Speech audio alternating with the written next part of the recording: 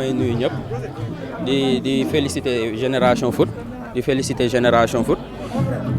féliciter tamit sama équipe donc on n'a pas démérité c'est juste que c'était une finale et il fallait que moi am ku gagner donc tey Génération Foot moo gagné donc dañ leen di féliciter après ñu defarwaat on a bien joué je pense on a bien joué mais malheureusement on n'a pas trouvé le cadre voilà donc ça nous a fait défaut après au finish ñu dem tir au but ñu raté donc ñu gagné ñu mais bon yàlla baax na dañuy defarwaat rek inchallah waaw tournoi bi man je pense que c'est une bonne chose parce que si trêve lañ nekk et ça nous a permis ñu jàpp tànk tuuti xam nga jouer am compétition tuuti comme que trêve lañ nekk mais bon je l'ai trouvé bien quand même c'est une bonne chose.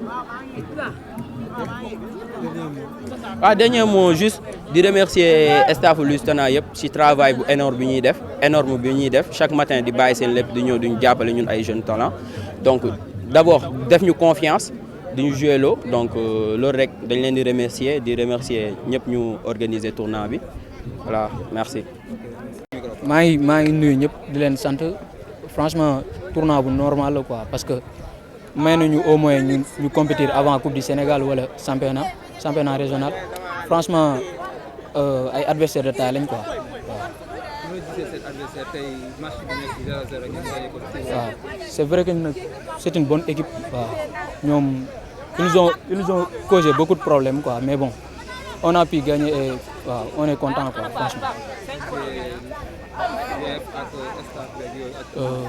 Franchement suñ staff dañ leen sant di leen gërëm parce que ñu ngi def liggéey bu extraordinaire ñu ngi ñuy jàppale ñu ngi ñuy pousse à ce que ñu devenir meilleur quoi franchement sant nañ président bi sant nañ suñ DT sant nañ ñëpp quoi. Première édition ngeen gagné ko. dañuy xaar yeneen édition yi amaat ngeen waaw xam nga joueur bu nekk rek day bëgg di cumuler maximum de trophées avant que muy dem quoi avant muy génn fii wala dem uti leneen moo tax dañ ñaan yàlla gën a am ay trophées quoi.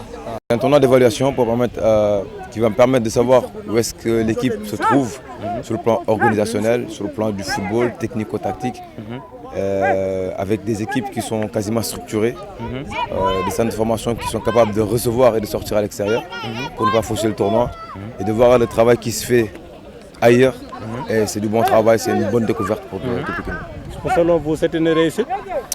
Total. Je suis très content. Je tenais à remercier le président qui a validé ce challenge, le manager général, le DT et le secrétaire général qui nous a accompagnés tout au long de ce tournoi. Exact. Je tenais aussi à remercier toutes les équipes participantes, notamment Génération Foot, Étoile Lusitana, Espoir de Guédiawaye, NGB Niary Tally, AFA Football Club et AS Pikine et Keur Madior de Mbour.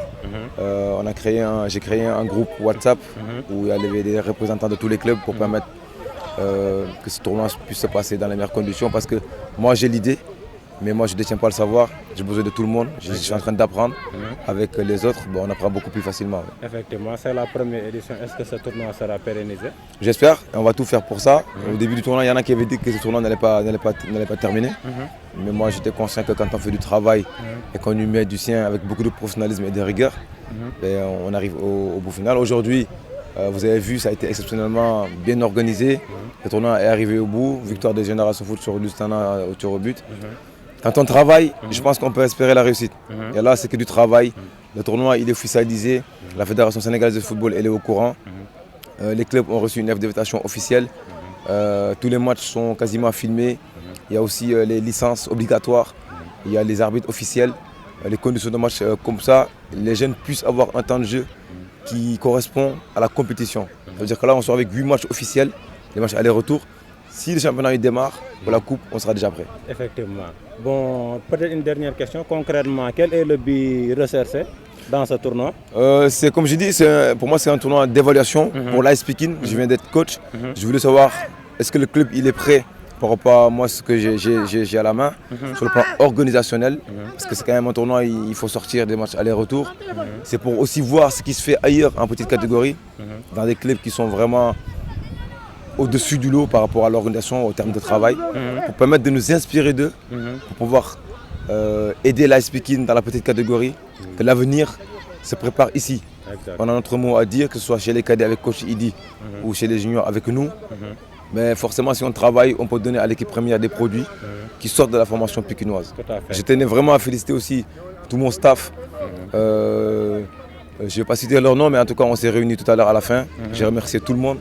J'ai remercié les dirigeants, j'ai remercié même des supporters qui sont venus nous accompagner. Voilà. Bon, merci M. Soly. Je vais te wolof rek pour site bi. Bon, M. Soly, présentez-vous d'abord. Je suis venu de ziar, je suis Mohamed Soly, coach AS Pikine Junior. Bon, Pikine organise, yow yaay président comité d'organisation tournoi challenge U19 bi.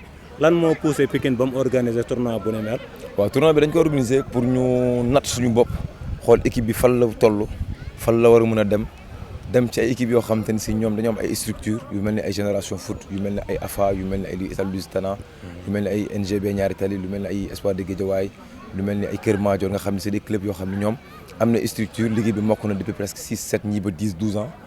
bu ko defee ñu mën a xam ndax ñun ci liñ jëm ak xale yi fi nekk ndax mën nañu tàggat ak ci ñaataat la ñu mën a tàggat pour ñu accéder à l'équipe première. pour que Pikine mën a am ay éléments yoo xam ne ci formation bi la génne. D'accord organiser ngeen tournoi bi jeex na tey mën nañu xaar ngeen tollantiwaat ko. bien sûr dinañ ko tollanti loolu lañ bëgg en tout cas dinañ def lépp lu war pour ñu mën ko tollanti.